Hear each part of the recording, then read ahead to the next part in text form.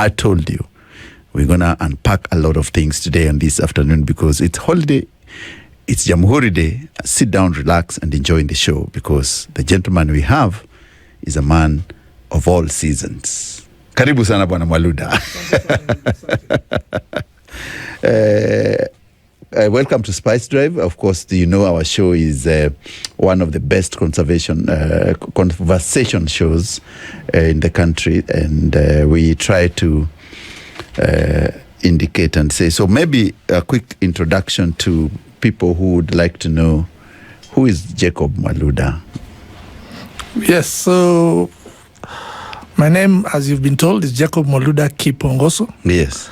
I work for Tsavo Heritage Foundation. I'm the CEO and a co-founder. Yeah. And under Tsavo Heritage Foundation, we've managed to drive a few initiatives that are still ongoing, still on the cooking stove, but I think will be transformative for this country. One of those is the Safe Tsavo Restoration Initiative that looks at transforming how we work in the Southern Kenya landscape. That means the 13 counties of Southern Kenya, from Narok to the ocean, and then with the transboundary of Northern Tanzania. So that is one of our anchor projects. And inside it, you have smaller projects, you have tree growing campaigns and things like that. But one of the best and the ultimate objectives is trying to see how do you bring everyone to work as a team. One of the problems we've had in this country is we have too many people cooking too many small meals. And in that, we are getting too much confusion. So we need to come together, develop a strategy. Then everyone can take a small piece where they can run with and achieve and report to the same platform. If you went to most of the landscapes now, you would not know who's doing what. So you'll find Jacob is growing tree X, John is growing tree Y. They're not talking to each other. The result is you're confusing the communities, you're confusing everyone, and then we're not leveraging on resources. So those are one of the primary objectives, to be able to create a multi-stakeholder platform for carrying out conservation work in Kenya, Africa, but starting with pilots in the Southern Kenya landscape, which is Tsavo. Interesting, because Tsavo has been at the center of news recently. The good President William Samoei Ruto, and today he was talking about many other things, and we were hoping he would tell us these hotels he wants to build, the 5-6-star hotels of $1,000 per night in Tsavo West. Does it sit well with the conservation efforts on the landscape first and the future sustainability of the project? Well, it's an interesting topic and an interesting subject, but I think we can learn from the best. And I think sometimes we are too critical of ourselves. And I think although Kenya believe we lead in conservation, I think the thinking in conservation, the person leading, in my view, in Africa, is His Excellency President Paul Kagame. Yeah. When Kagame came in, a gorilla permit used to be close to $50. And he said, no, we have a premium product. We have to sell it to the premium client. And it went first to $500, and people said, no one will buy. No. That year's action, on the ban, all the permits were gone. Then it went to $1,000, and I think now it's about $1,500. Per permit. Yeah. And the government in Rwanda said, look, our packs will be premium packs, and our premium packs will charge premium dollars. And it's working. So I think Waswahili wanasema mgala muue lakini haki yake mpe. Mgala muue, tumuue like the president. Haki yake mpe. Tumpe president haki yake. I think on that particular one, the thinking is right. Yeah. The critical part will come to the implementation, because how you position those facilities is critical. And I know we all have experts, we all have people who've done a lot of PhDs, but we also have, I believe personally, that we need to accept a few fundamental truths. If I have lived in Kenya most of my life, and my experience of living is in Kenya, it's very difficult for me to think of how does someone from Japan think and visualize things. How does someone from the US think and visualize things? So it's very difficult for me as a Kenyan, however learned I am, to actually develop an interactive tourism product that will sell in Europe, because I don't really understand intrinsically how the people in that space think. Yes. And how to sell to them. And I think the challenge you've had is cracking that. So I hope, as the president says that, which I think is one thing that we should have done many years ago, is who will develop those master plans that identify the areas where the hotels should be built, where that engagement should be done. And that is one of our ways to fund conservation. It is almost the only way. As you've seen around the world, conservation funds are drying up. A lot of countries very fast are looking inwards. Kila Waswahili wanasema kila kilio na mwenyewe. So a lot of people are looking inwards now. And Kenya must start looking at how do you finance these things? How do you invest in conservation so that it pays for the people investing, it pays for the ecosystem services that come from conservation. And the only driver I see in the short term is tourism. And the president's direction is correct. It's just how do we deliver that thinking so that it comes out solid and it qualifies the whole of Tsavo as a landscape. So you're saying the president thinking is right. But my problem has been the establishments where they are being set. Is there the ecosystem? Does it interfere with the ecosystem of the animal migratory routes? Does animals and the plants and the refinancing we are going to do and the animals, will we curtail their movement? So first there is the politics of conservation. Yes. Which can be quite vicious. So I'll not go to that. Yeah. That's not let's go to the strategy. I don't do the politics. Yes. But there are the facts of it. Yeah. If you build your hotel, a high-end hotel in a bad position, you are killing the golden goose that lays the egg. 100%. You are killing it. Yes. So I'm not seeing anyone who's going to put a facility that's $1 billion shillings in an area that will collapse in another 10 years. It doesn't make sense unless he's absolutely foolish or he picked that money from somewhere.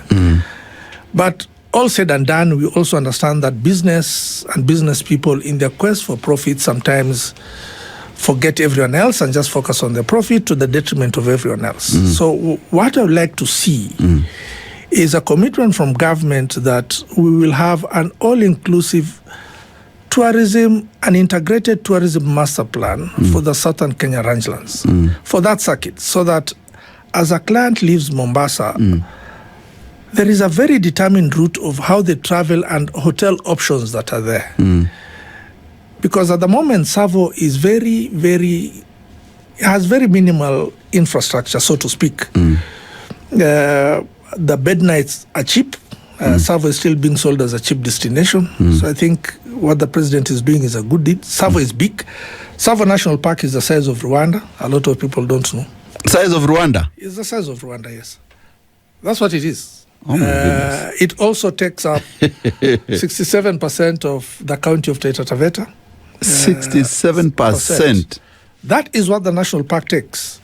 And then you have another 20% that goes to the ranches, which are dispatchable areas for the parks. So, and Guzeto at Taita, my ancestors sit only on approximately 10% of the land. And always remember that land is the primary factor of production. So 100%, if someone is taking 80%, 90% and land, doesn't invest back to the community, the compensation, that is a discussion we must have. No, we must have it now. Yes, openly. That is a discussion I'm willing to get into, because I think our thinking is not on the ball.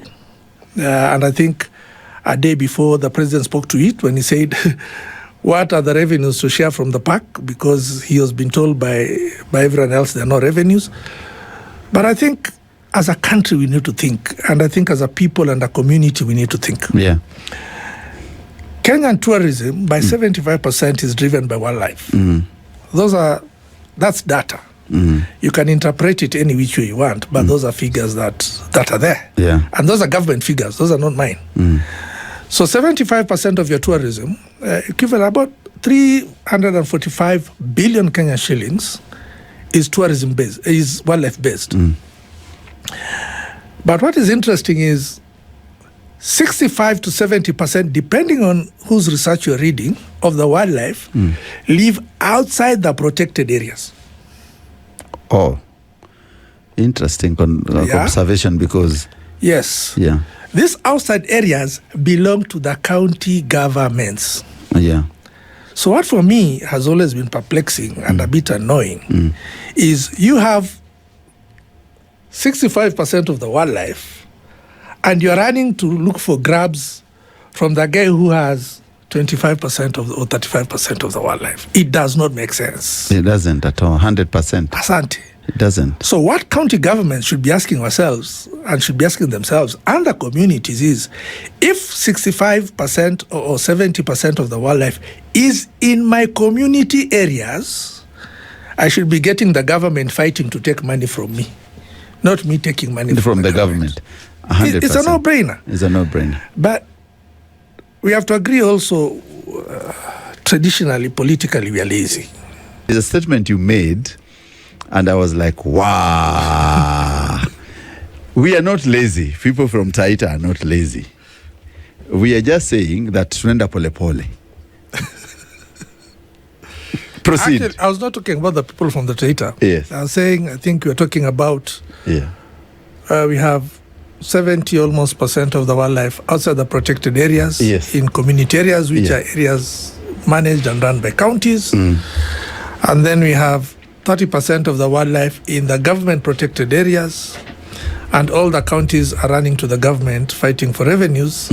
In my view, They should be the it should one. be the government running to the counties trying to clone back revenues, Yes. because There's a lot of all the animals in resource there. is the county. is in the county. Yeah.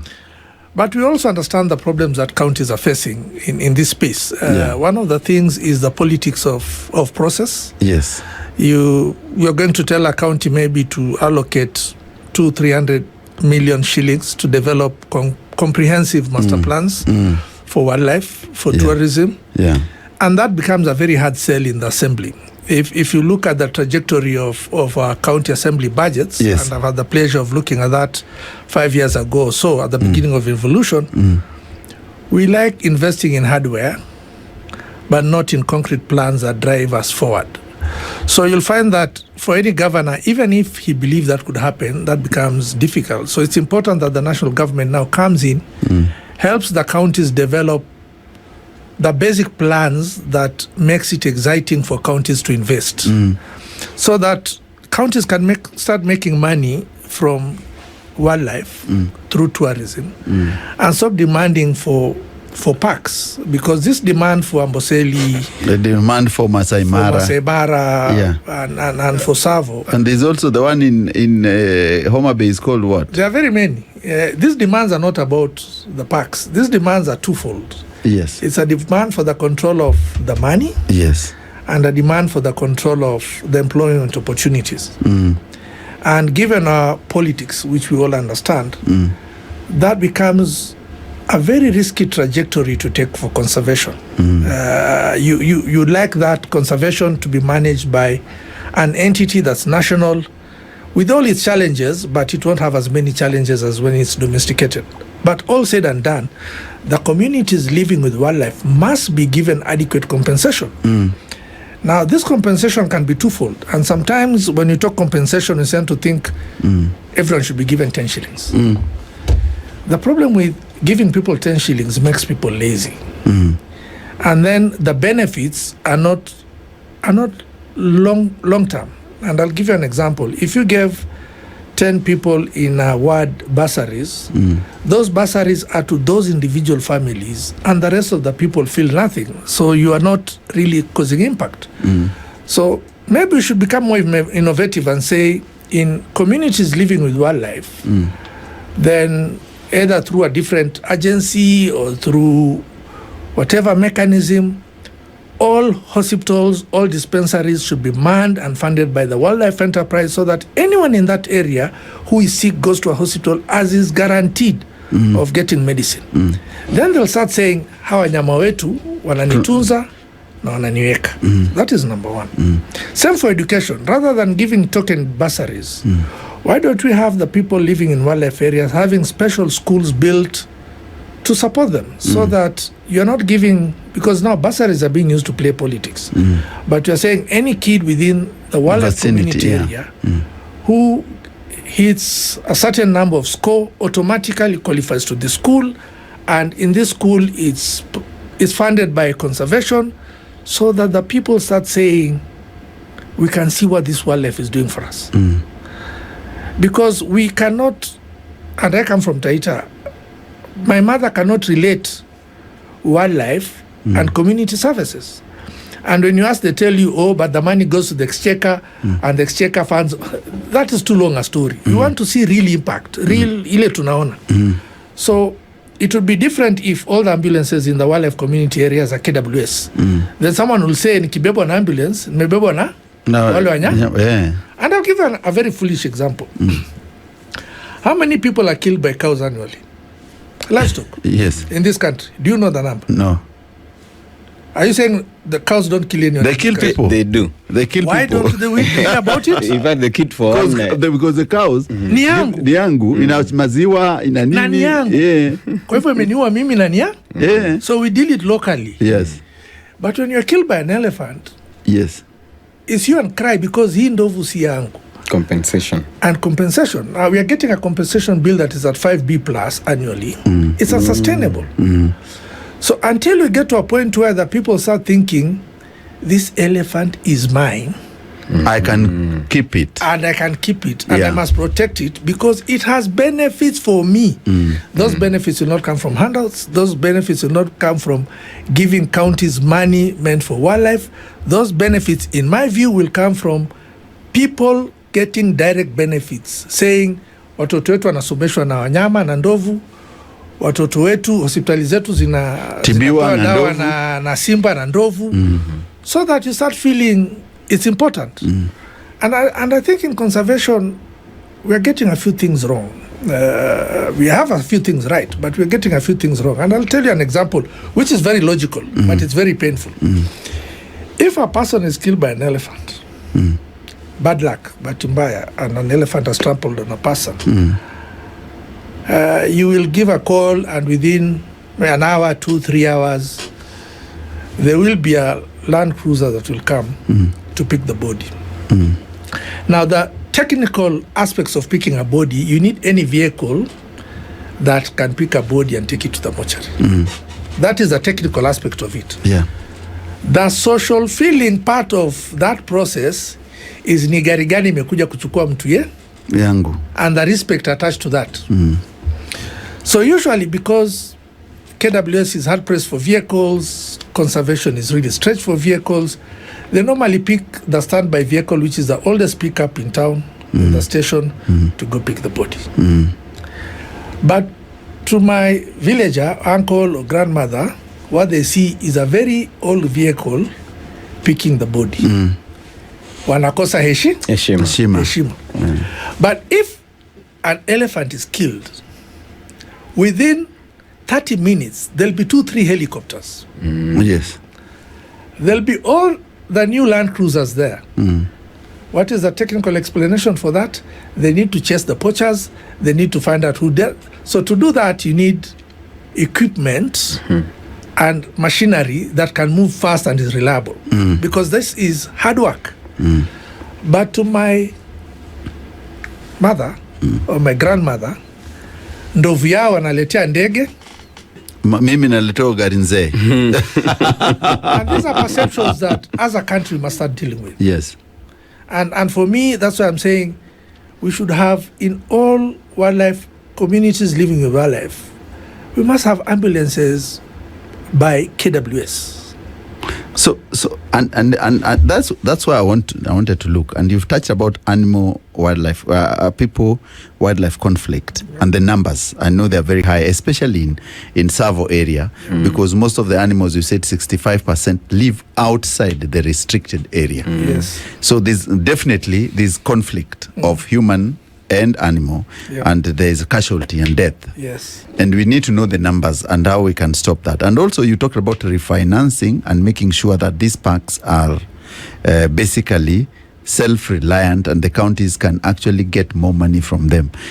How do we get a strategy then where the money which we look at a master plan, that these parks and the social impact is directly to the community And is there such a master plan somewhere being written or drawn?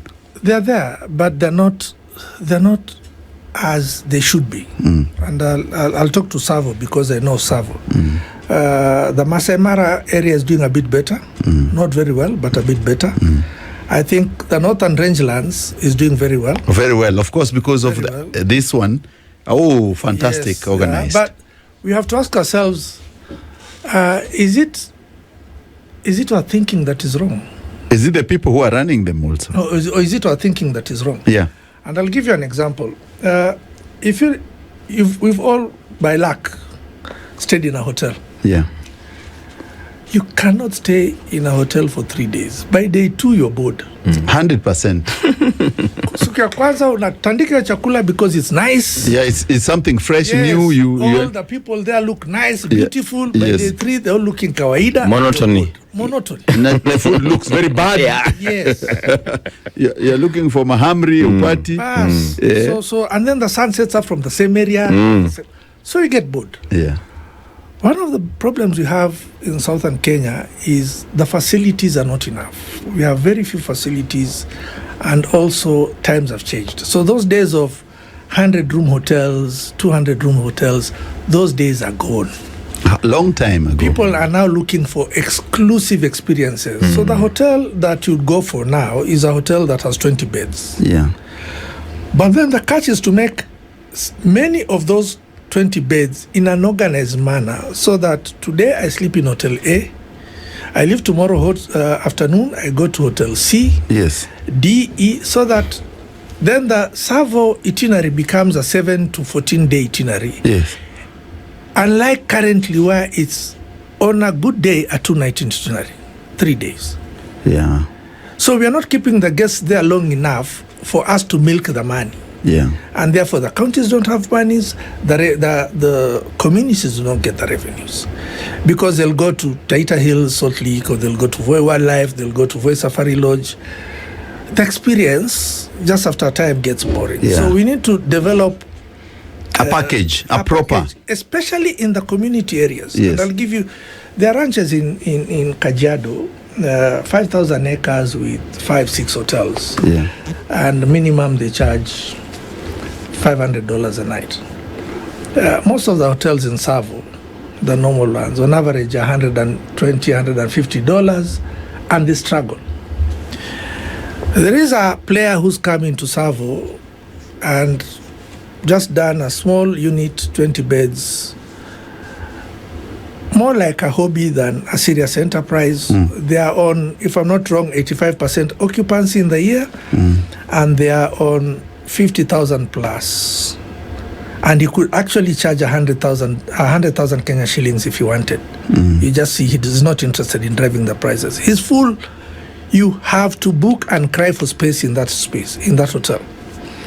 But we have land, the ones I was talking about, the 20% that is community ranches, that maximum have 3 hotels. We're talking about 3 hotels in 1.5 million acres. It does not make sense. It doesn't. When the in distribution Kajiado, is crazy. Yes, when in Kajiado, Yeah. you have financially viable enterprises on 5,000 acres with 5+ units of 20 packs thereabouts, doing $500 nights per bed. So when you start looking at revenues, then you'll find Taita is struggling. And Kajiado, Masai Mara is doing very well. When you go to northern Kenya, then you're blown out. Those guys charge $1,000, $3,000, $4,000. They are full 75% post-COVID. They've been doing very well. We are still struggling. So we need the impetus to move to the next phase and to move in an organized manner where we involve communities.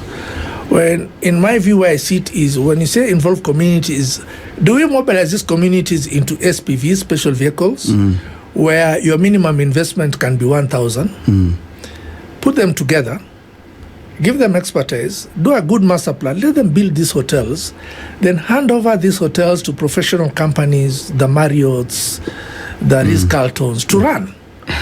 Those guys know how to charge clients $1,000, $2,000 a night.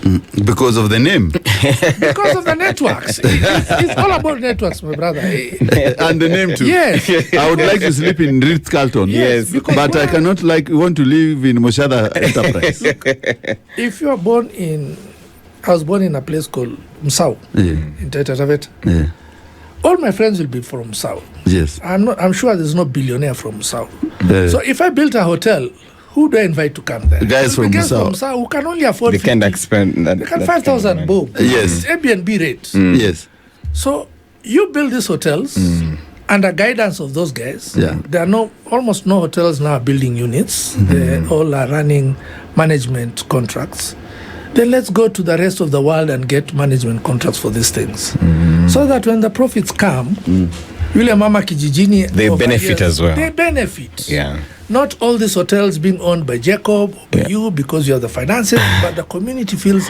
Then we get to a point where we feel sad because Jacob has been trampled by an elephant. Lakini ni ndovu yetu imeua kijana. Yetu. People should feel that way. People must feel that. And actually, I think that's very interesting. Mr. Mwaluda. Yeah. Kwa sinda maana. Nasina banato. Sawa. Now I see people from Taveta. A lot of them are being trampled by so many cases of people being trampled by elephants. I just want to know, as I saw on your T-shirt written, saving and conserving the Tsavo. Yeah. Great initiative, very, very good. How do you intend to actually give the community that responsibility or that feel to know that you should not hate those animals? You should actually embrace them as one of your own, just the way we have talked about it, so that that human animal wildlife conflict can be suppressed in a way where we say, let us actually appreciate this. So a few years back with the Standard Group, we used to do an event at Taita Hills. It was called Tsavo. And it used to be a relay inside the park with the wildlife. But there was one cardinal rule. You had to do it during the rains. When it's wet, the animals are not as aggressive. In fact, I don't know who has, one of your guys must have the picture. We have a picture where literally on the road, 6 elephants are standing and guys are running past. These guys were so tired, they didn't even see the elephants. And there's a ranger there standing with the elephants. And there was absolutely no aggression. Why? Because they are full, there is water, they are not stressed. A lot of the human-wildlife conflict comes when the wildlife is stressed. The wildlife is stressed because of water. A lot of the conflict areas, the HRWC we are seeing, happens around food and water. And where's the problem with the food and water? Even the food is impacted by the water. It's because we've done poor agriculture on our hills, doing our national duty. You know, growing maize in Kenya is a national duty. which is the most nonsensical crop. Thank you very much. It does not make sense, but we must the most grow nonsensical maize. crop. I don't know why people grow maize. Because it's a national duty. Yeah. It's not official, but it's national duty. If you farm and you don't grow maize, you're foolish. Yeah, and it is a crop which causes a lot of problems to us. Yes. And degradation. Yes. Yeah. So when I was growing up in Taita, you know, there was no need for piped water because water was coming out of each crevice, each rock, everywhere. We never went to the river because just where, you know, Taita, the hills, you create land. There's no land so you have to cut land and cut make the it trees. flat. Yes, and then build. Into an L, then build. And where they've cut straight, there'd be water there coming out for almost six months in a year. So what you do when you're going to school, you put some Sisal things there. You put jerry cans. You go to school, you come, those things are full. You have water. And when that dries, you just go to the road. And on the roadside, there'll be water. So almost 1 month in a year, you'll go to the river, which is pretty far. Now, even when we had the best rains, I think 3 years ago, and it rained almost the whole year, nothing comes out of those rocks. Nothing. Poor agriculture. Agriculture is the biggest driver of land degradation in this country. The only problem is, I think, in our thinking and planning, agriculture and environment do not plan together Yes. to handle the challenges we face. And that brings us to what you're saying. And I'll give you an example. During na Mungu yake roho yake peponi pema, during Kibaki's era, do you remember the stimulus project? So they brought up stimulus project, and one of the stimulus projects was fish ponds. You remember that's when fish became big? Yes. So on Voi River, towards the catchment, the Minister of Agriculture went and pushed for the development of fish ponds. Hard, very hard. And beautiful fish ponds came out. What do fish ponds use? Water. Where was that water coming from? Voi River. What was the impact? Water dried. The river dried beds. immediately. What happens? The wildlife starts coming up, elephants following. The fish pond. Following the water. What have you done? You've just, because of not co-planning, you've suddenly just grown human-wildlife conflict. Unnecessarily so.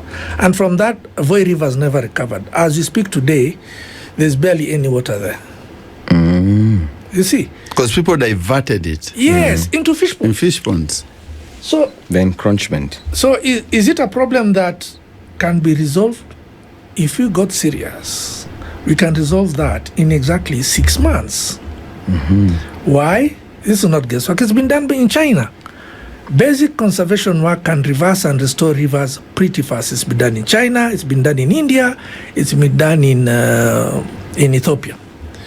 The challenge we have in this country, conservation is still not owned By people. by Africans. It's a Muzungu thing. So It's not owned by people. if I go to most offices, they tell you, lakini boss, wewe si Mzungu unafanya nini hapa?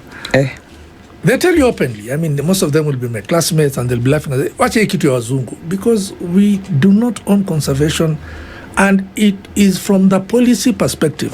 I was just talking when it started about tourism being 75% driven by wildlife, which is driven by conservation, and earning 435 billion last year.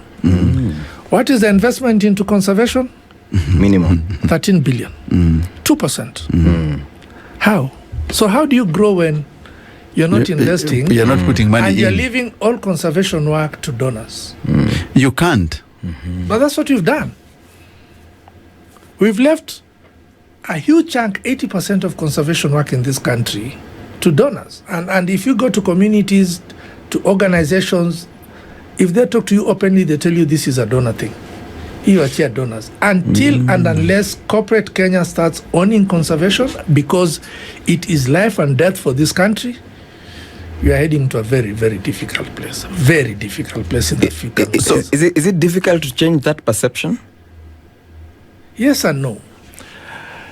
Yes is, and we're trying to do that through a club called Life, is trying to get a few people to understand. You know, sadly, because a lot of the CEOs now would be my age or my age group, thereabouts. A lot of these guys, because I know them, did physics, maths, chemistry. They were very bright guys, had very little time.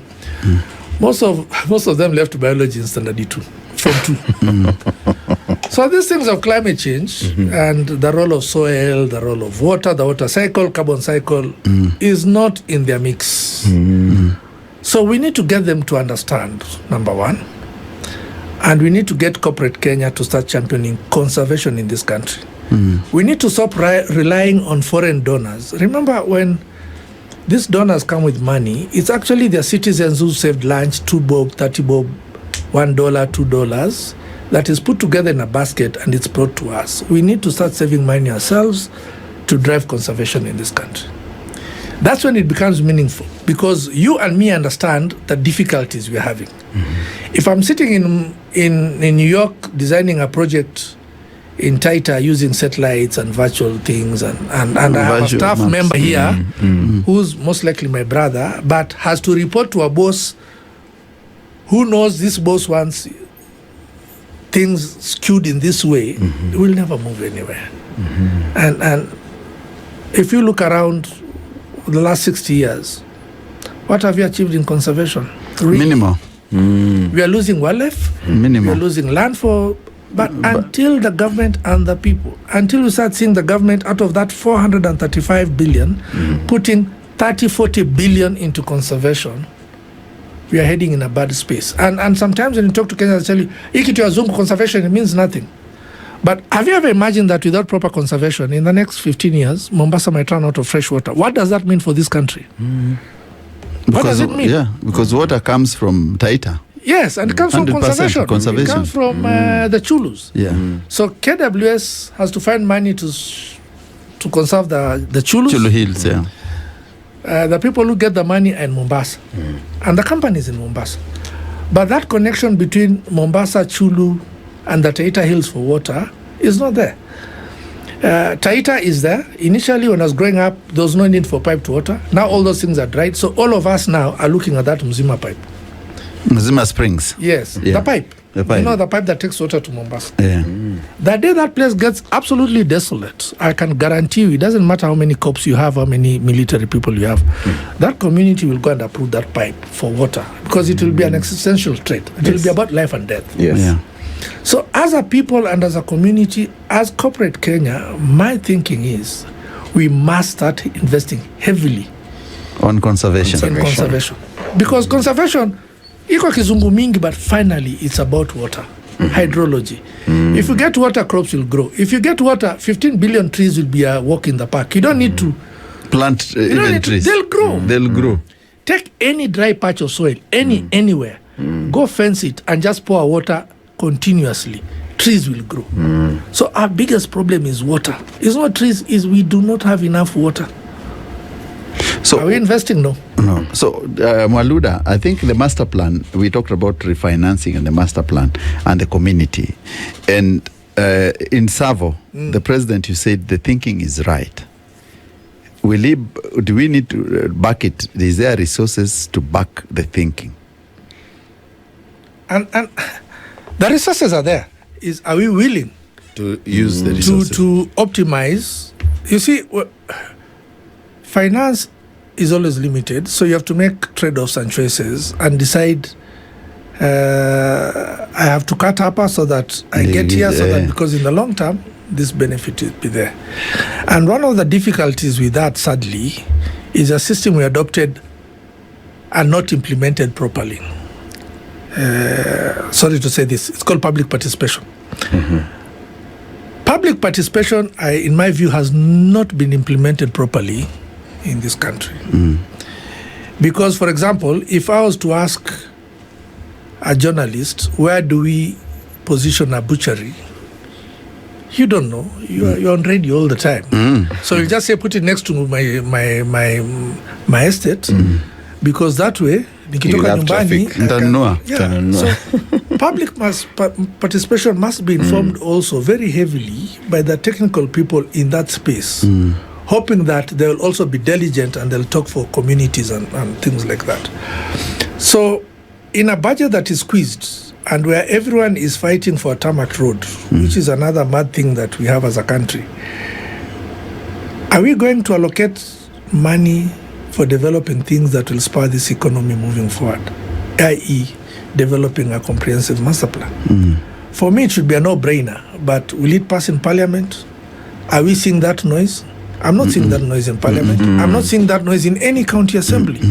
What we are fighting for is tunataka dispensary, tunataka shule, not forgetting that if tourism thrives, from the taxes alone, and the feel good will build all those things that you're looking for. So it's a question of strategy, and I think in that we're not getting it right. Okay. I think you've really captured it very well, Mr. Mwaluda. We're talking about tourism, you're talking about conservation. And since Mr. Mwaluda is a guy who is really concerned about conserving Tsavo, we want him to tell us, Mwaluda, how do we conserve this giant of a park so that the people can get benefit? The county of Taita Taveta, which is the mother county, can get resources and the communities can be at peace and reduce the animal-wildlife conflict going forward. And what is your role and how do you want to take this forward? Thank you. It can be done. And I think we sit at a critical and interesting space where We don't have to reinvent the wheel. These things have been done, and they've been done successfully around the world. There is a farm in Zimbabwe, the Africa Center for Holistic Grazing by Tsavo Institute, where, Zimbabwe, unlike Kenya, is interesting. They have one rainy season. We have two. Yeah, they have one. One rainy season. Yeah. It's below 400 millimeters of rain. So that's basically more like Maungu. If you've been to Maungu, Makina Road, that dry. And this gentleman sits on 3,000 acres of land. And if you're not scientific, you go there, utasema huyu jamani mchawi. Because at the height of the dry season, which is about September, the grass is my height. And everyone around him is a desert, literal desert. I mean, it's dry, pancake dry. The number of elephants and wildlife in that 3,000 acres are tripled over a period of time. So has the number of livestock. Unsustainable. So it can be done. And there's no magic this guy did. He just did management. It's how you manage. It's for us to train our farmers on proper management practices, to train them how to keep their livestock so that they're not attacked by wildlife, and to train them how to restore and regenerate the land. Those are the solutions. How to regenerate the land? How do you make sure that the land holds as much water as possible during the rain? One of the worst things when you know things are bad, is when you see floods. So when it rains in Nairobi or it drizzles and you see floods, all red lights should come on. Yeah. Because it means that the soil is not taking as much water as it should. Yeah. The biggest reservoir of water in the world is the soil. So if the soil is not holding water, we are doing badly. The water then is going to the ocean. It becomes unusable, of little use. So we need that, because the soil holds water and releases it slowly over a period of time, and releases it as springs, rivers, and aquifers. We are getting to a point now in Nairobi where people are starting to go 200 meters to get water. Boreholes. Boreholes. Yeah, 200. Yes, that's why it is. It's the same with Tsavo. Those are the stories that we are getting to Nairobi, which is wet. It tells you not enough water is going into the soil. So we need to address that. We need to come with mechanisms of getting the soil to take up a lot of that water. Is it science? It's not rocket science.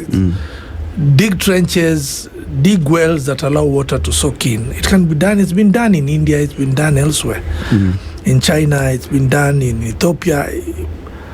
Ethiopia did a project where in 3 years they reversed a landscape, and a river that one mzee who was 100 years old cannot remember there being a river, and it's a permanent river. So you can do these things with not a lot of science, not a lot of theory, not a lot of workshops, because the science is already there.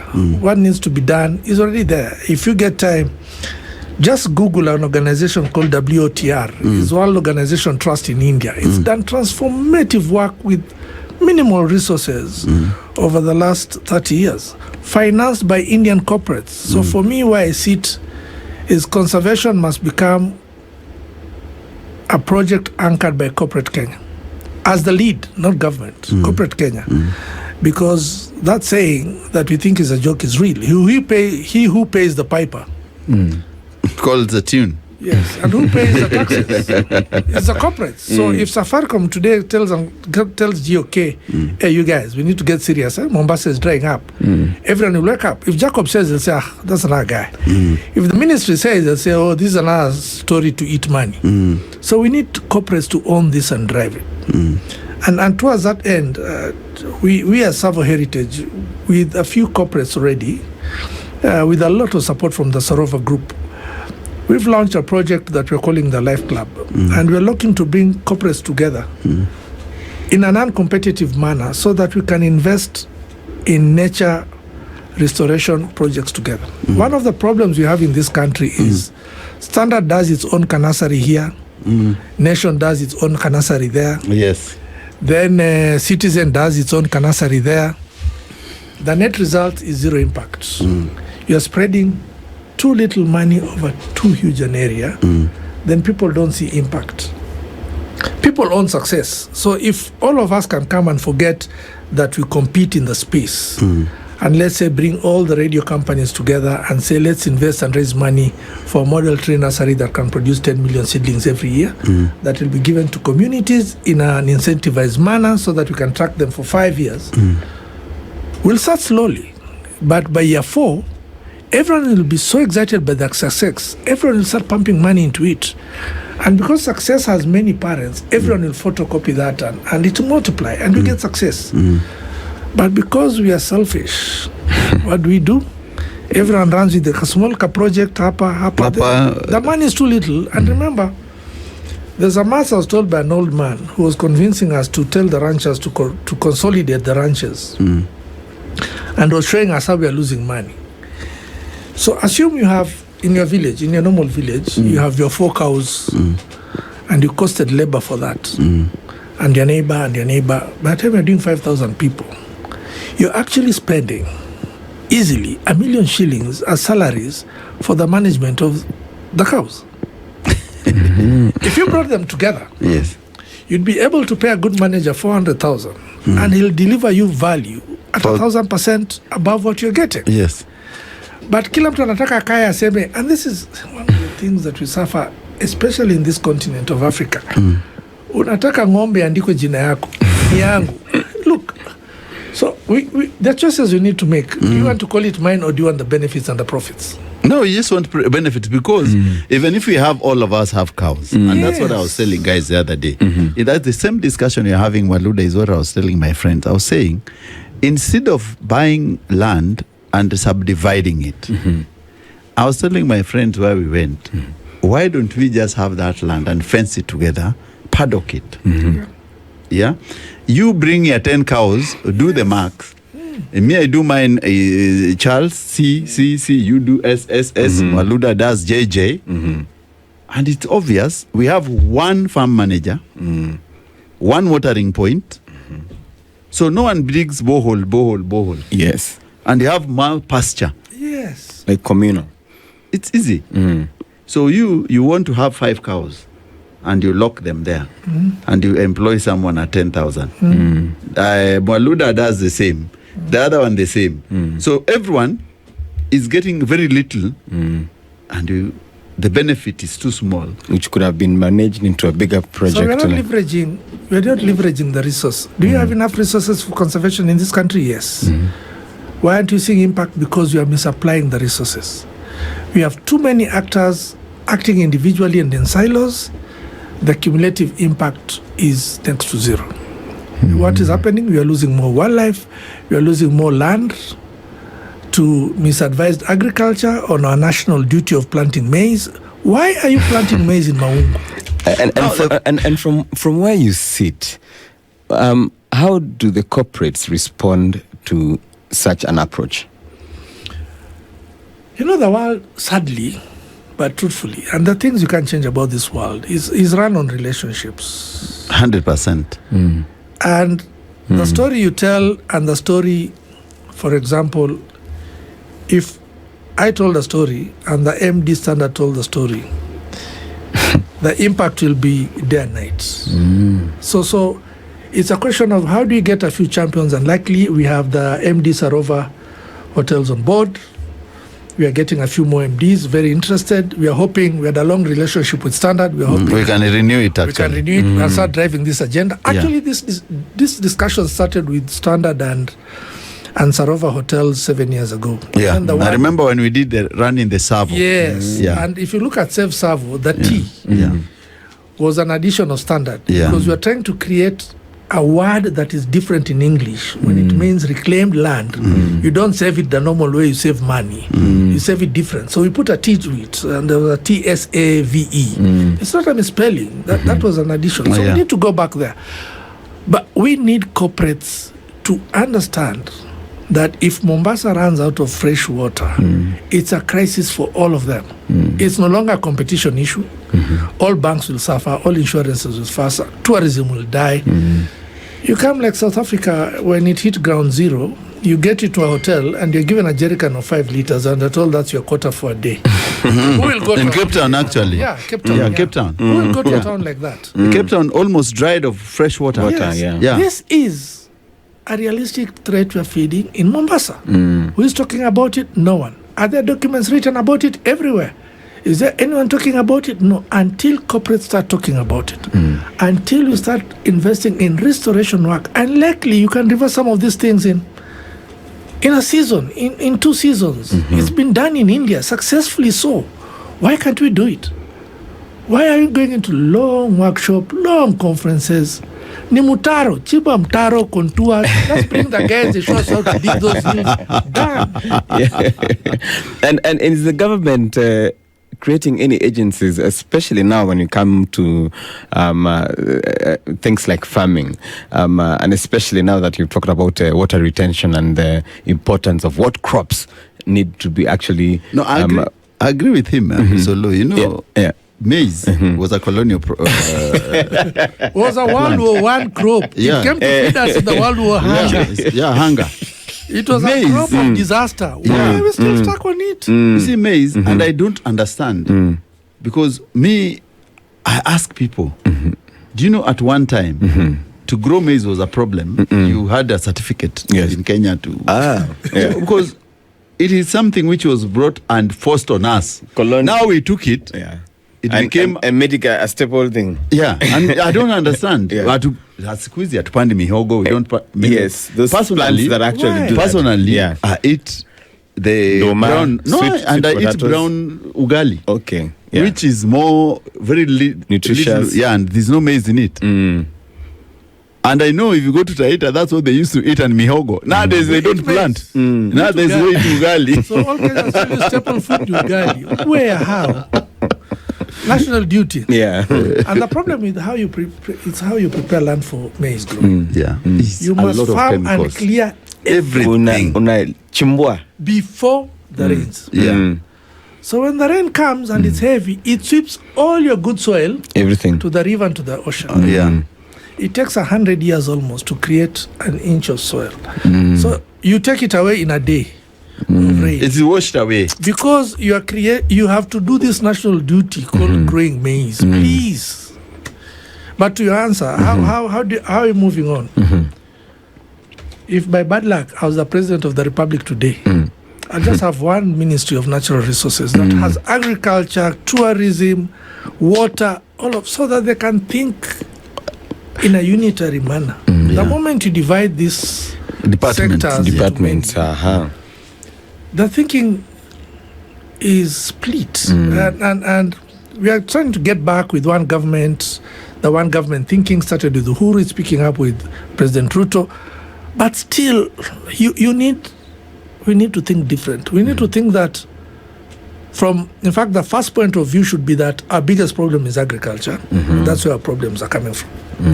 So you cannot plan any conservation thing without agriculture being on the table.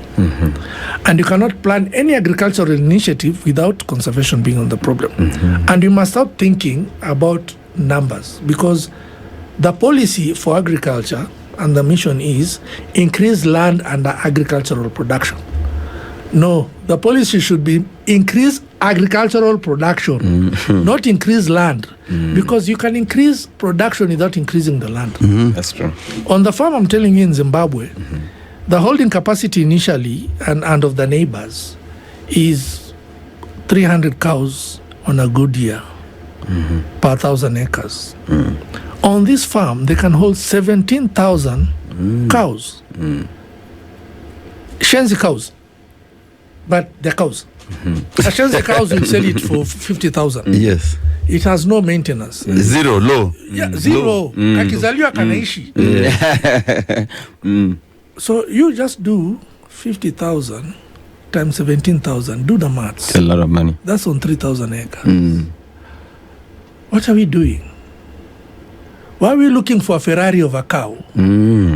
That will cost, you'll sell it fine. You'll sell it for 300,000. Yeah, it goes to 750,000 kilos a ton.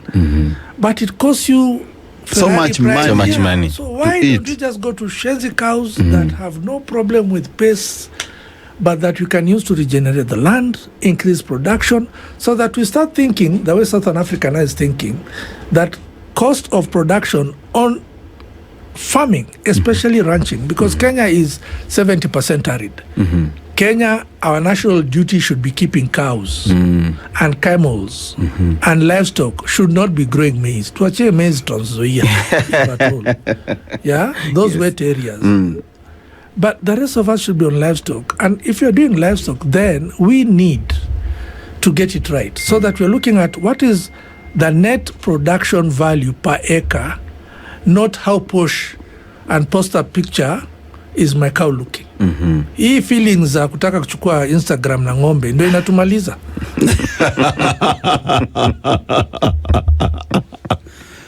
Unaita ng'ombe Tom. So you have this cow that is 1,000 kilos a ton. Yeah. Ikiumwa hata na umbu moja mededi. That's what I don't understand. Yeah. You have almost a doctor on call on it 24/7. The same money, if you put it on Shenzi cows, they'll go there, manage properly. Management is the problem. Yeah. Give You will them. make 10 times more money than this guy, especially in a country like Kenya, Yeah. where we have a shortage of meat. Yeah. We import easily 60% of our meat. Yeah. And we have 70% of our land arid. But what have we done? We've all subdivided it. Migunda. We've gone into Froti. 5 acres. And then we've plowed and grown maize. Or put boreholes and are doing horticulture. Forgetting that water under the ground Will end. is not forever. Yeah, will isha. Yeah. Yeah. It's an aquifer. So tuko na shida. So corporate Kenya, as I said, he who pays. Corporate Kenya needs to lead this challenge. And that's why in the Life Club, which we launched this year, that's what we're looking at. Can we bring corporate leads? Can we educate them? Can we make them understand that it is in their best interest as organization and as people to have and to drive conservation? And hopefully when they understand and they can do a few pilots, run a nursery that can produce 8 million seedlings or 10 million seedlings annually properly, you can track those seedlings for 4 years, then they can go and tell government, look, we can do it, this is how you do it. Interesting. Because the biggest problem now we have, if everyone goes for tree planting, we plant, and no one knows, unless those trees were planted in a gazetted forest. 3 days later, hakuna mtu anajuanga hiyo miti iko wapi. because we are not watering them. No, because we have this big event for planting And then giving no away follow-up. seedlings. There's Yeah. no follow-up. For There's me, no follow-up. It's instead of almost having- it comes like a PR. yes, event. so there's no incentive. Why would my mother struggle To look after the tree. for that trees? What is the value for him? For her. So unless the incentives for her, for him, for my siblings, why are they in Why are that they space? busy? And sometimes we believe in science, and that's our mistake in conservation. We preach too much science, and then we scare people. So now in Kenya, I think we're at a point where people think climate change is this animal that comes from Europe to bite you, and it's the duty of those in Europe to sort To it come out. and sort it for you. But a lot of these problems are ours. When we ban, slash and burn fires, what we do with dry season, those are problems we create for ourselves. So can we start looking and seeing this is our problem and it needs local solutions? And traditionally, there are local solutions. When I first met the expert from the Tsavo Institute about 7 years ago, when we were struggling with solutions to this degradation, we went with him to Taita, and he told me, there's nothing I'm teaching you that your people didn't know. And I said, why? I said, you find me, the oldest herder here was about 70 years. And we brought him and he told me, he asked the guy, when you do ABCD, what do you call it in Taita? And there was literally a Taita name for each and every process they were teaching us. What does it tell you? This was a traditional method. The only thing the wise Mzungu did, they documented it. Us, we thought herding is not a profession. Even in your village now, the guys who chunga ng'ombe are the ones who failed. Yeah. In SA, the guys who now have been trained in herding and regenerating land, if he comes to your land to train you, his rate is $500 a day. So unless unless we change how we think, unless we change the people we put in these spaces, unless we make herding posh, because it is the only enterprise that we can run without a lot of effort in this country at 75% arid. Ingine tutajongelesha. Interesting. So, Mr. Mwaluda, I want us to end the conversation, but you've really captured the saving Tsavo, and there was a run which Standard was part of. I remember run in the Tsavo, and many other good things. So, what do we look forward to, and which way forward? So, what we are looking for next year, we are hoping will be quite exciting. This year has been a challenge. Actually, recovering from COVID has been quite a challenge. Next year, the first thing we want to do is bring women together, especially women leaders, to have an honest discussion about what women understand about climate change and its impact of women and the family. We are hoping we can have a conference on Mother's Day just to discuss that, and so that we can agree as leaders of women, how do you get to the grassroots so that my mother, your grandmother, your sister in the village, their voice can be heard. And the reason is, if you go to a village meeting, I hope you've gone to any village meetings. Most village meetings, 80% of the attendants are women. Almost 100. Then there'll be 2 men. True. Almost 100. Then you have a discussion. If these men speak, no one else can counter them. Because if you counter them, when the mujeuri. Yes. It looks like they're the final decision. For women to say about, in the village, a woman gives birth in the morning and walks 2 hours later, walks 7 kilometers, to fetch water. And for her, because her grandmother did that, everyone did that, it looks normal. So if you tell them what are your problems, that is not mentioned as one of the problems, because you're in vitu kila mtu anafanya. We need to have a discussion about, why are we leaving these women behind?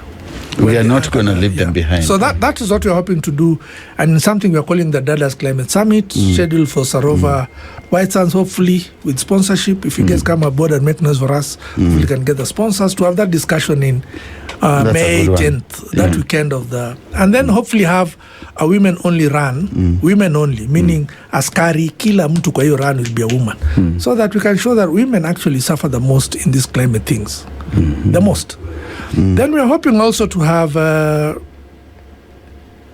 some consultants coming from India, WOTR. WOTR, eh? Yeah, WOTR, World Organization Trust from India, coming next year early to just come and tell us, this is how we've done it in India. Can you pilot? We are hoping to pilot about 8,000 acres on Taita Hills to just see if we can regenerate the land and return the rivers. It's expensive. We don't have the money. We sort of have made a conscious decision that we must raise the money from corporate Kenya. So we are hoping that we'll be able to convince a few of them to put a bit of the money. We've had a lot of support from KQ with tickets for the consultants before. We hope we can go back there. But we must own this. Hii mambo ya kuangalia mzungu atuzikie watoto tuache. We must carry our own baby. And let them come and help us along the way. Let us not say Mungu saidia. No. 6 years after independence, we should be self-reliant. We should be talking. Yeah, so that's one of them. And then progressively, hopefully we are hoping to launch a nursery that I'm talking about. We are hoping that in 3 years it should be able to produce 10 million seedlings a year. That will be given to communities, and we should be able to track each seedling for 4 years. Each. So that if the to maturity, to maturity, to a point where the tree can take care of itself. That's what we need. Imambe ya kupeana seedlings, then you're giving numbers of seedlings and you can't account. No. Because when I was a child, and I grew up, President Kenyatta, the late Mzee Jomo, was the president. We were growing trees. We are growing trees today. We're on the 15 billion campaign, but our tree cover is reducing instead of. There's something we're not doing right. True. And what we're not doing right is we're not dealing with tree growing in the community areas. Our forests are not bad, by the way. Regardless of all the hype you hear, our forests are pretty stable. Pale tunaishi, ndio shida iko. If you go to any area and you can see mabati, that's a problem. You should not be seeing mabati because there should be trees everywhere. It cools the ground, does all those nice things. So we are hoping we can do that. And slowly, but most importantly, we hope we can have the corporates come together. We can start the corporate trainings where we take CEOs to a hidden place where their phones can't work, and over 3 days just teach them what is the water cycle, what is the carbon cycle, what is soil, why is it important in our life, and why are all these things important to my life as a CEO and my company for profit. We are doing a lot of ticking boxes with ESGs, those things. But we need to get real now. We need to start seeing impact. And we can only see impact when people come together, the African way, put money together and say, boom, this is what we're doing. And yesterday, a young girl at 22 years broke the Guinness World Record of hugging a tree for the longest time at 72 hours. Do you think it's going to be impactful, or should she also be backed up by conservationists to take this message out there? I think she's achieved. And I was just quarreling with someone I was sitting outside here. Because I think we lose focus. I think that girl has achieved more than a lot of us will in a lifetime. Very true. And I'll tell you why. Even if she does nothing else. Yes. Towards the end, I was seeing police officers fighting people not to crowd her. Yes. That alone tells you... A very huge crowd was there. That tells you all Gen Zs are now thinking, that's not even Gen Z, that is generation, which one is that one? Alpha. They're thinking like that. And everyone is thinking, when am I hugging my tree for? But for an event that she started alone, towards the end, police are struggling with the public pushing them away. I think is how does she build it? How is she supported to build it from that? Exactly. So that she can make the noise. So that she can get the appropriate visibility, so that she can become a brand ambassador for trees. I think she has achieved way, way beyond what she thought she'd do when she began. I think it was huge. It's huge. Just that even we are talking about it now. Yes. Tells you what it is. Yes. I think you've really captured it, Mr. Mwaluda, and we really, really appreciate you. We call you Tsavo One. Yes. Tsavo One, and we will be very interested in being part of your journey and part of conservation.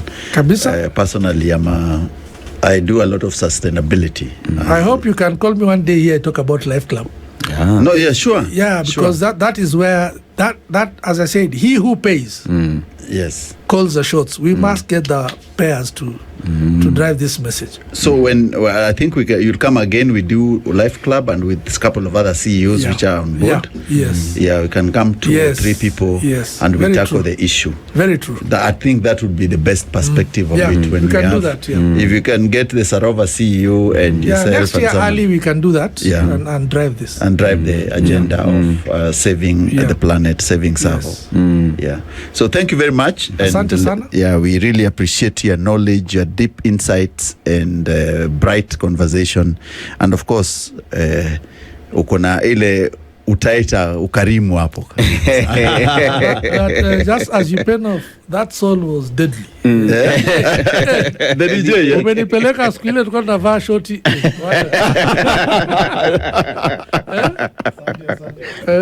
The DJ chama anacheza muziki mslamu kweli. Kabisa bwana, Snoop Dogg. Life was good. Life was good, no problem. You never got engaged. You know, when you're growing up, you don't think these things will end. Yeah, that's true. And music was music then. I don't think clubbing is ever going to be the same. Yes. Never ever. So thank you, Mr. Mwaluda. Let's continue communicating. Everything is there. Keep listening. There are people you can catch the conversation on our socials. If you miss the show, of course, and on our Twitter. And you can follow Mr. Mwaluda on Tsavo One if you have any questions. There's some question, F. Reminder, the question you asked, I think Mr. Mwaluda answered about wildlife compensation. And it's good. The president himself, 100% Kenyan product might still be global. Those ones we tackled in this conversation. So asante sana for keeping it SpiceFM and Spice Drive is a show.